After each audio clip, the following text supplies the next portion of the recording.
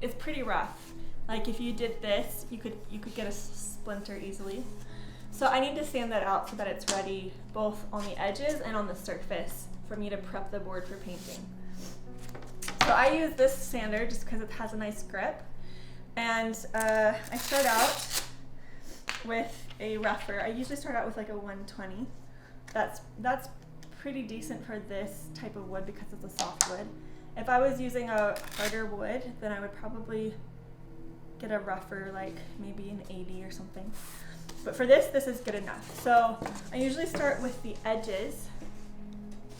And you can see here, I both smooth the top, and then I'll also kind of smooth the edges, like going around like this. And this version of the sandpaper is to really just get the biggest part of the roughness away, and then also to shape. So I'm smoothing out this way.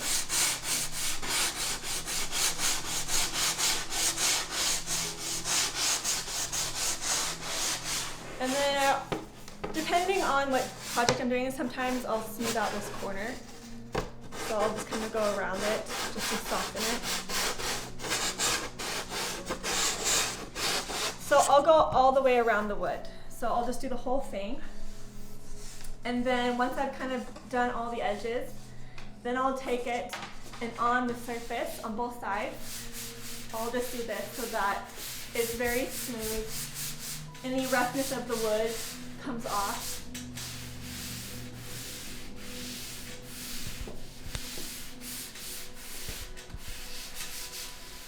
And I'll just do that until it starts feeling pretty smooth and pretty even.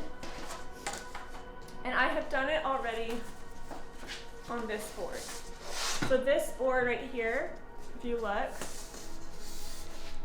it's a lot smoother than the start of the other board. I've rounded the edges, the corners, the surface, it's a lot smoother, it's more velvety. So once I got it to this point, I'm just gonna do some last minute sanding to get it as finely smooth as I possibly can. So then I up to a finer sandpaper. This is 220, switch it out. And then I go over and do the same thing, but now with this finer sandpaper. And this will get it really smooth.